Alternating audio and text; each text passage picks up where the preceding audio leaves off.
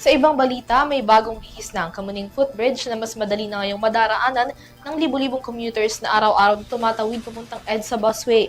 Yan ay matapos opisyal ng buksan sa publiko ang naturang footbridge na bukod sa PWD friendly, mas malawak at ligtas na rin para sa mga mananakay. Tunghayan ang kabuuan ng balita mula kay Graciela Corazon.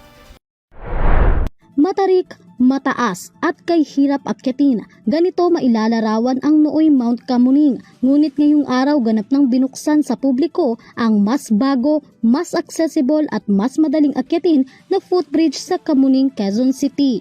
Mayroong elevator, wheelchair lift at direktang koneksyon sa busway station ang naturang bridge upang mas ligtas na gamitin ng mga commuters. Pinangunahan ni Pangulong Ferdinand R. Marcos Jr., First Lady Liza Marcos at kanilang anak ang pagbubukas at pag-iinspeksyon ng bagong Kamuning Footbridge at Busway Station.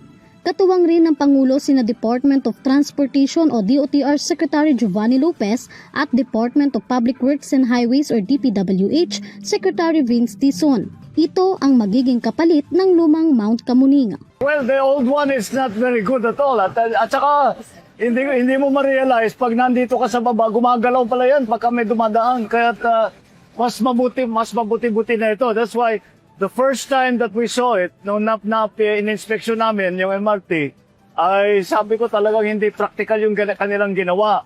Kaya ngayon ay may pinagbago, naayos natin ito within 4 months. Ang pangako sa atin ay 6 na buwan, 4 na buwan pa lang tapos na. Sa loob ng 4 na buwan, naipatayo ang bagong Kamuning Footbridge na dapat ay 6 na buwan ang konstruksyon. Ayon sa Pangulo, titiyakin nito ang maintenance ng proyekto at pananatilihin ang maayos na commuting experience ng mga commuters sa bansa. Ng lahat. Meron pa tayong elevator ngayon. Yung elevator kailangan laging umaandar. Kaya tiniyak namin na yung design ng elevator heavy duty kasi talagang todo ang gamit niyan. Kaya mabuti naman at sa 4 na buwan, may nakita na tayong panibago na facilities na mas magpapagaang sa commuting experience. Mula dito sa, wala na yung Mount Kamuning. Hindi na.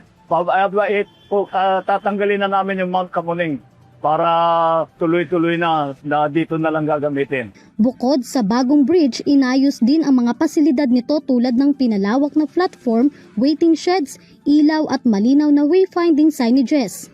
Kasabay nito, inaasahan na sa darating pang mga araw, mas tataas pa ang bilang ng mga pasaherong gagamit ng Kamuning Station.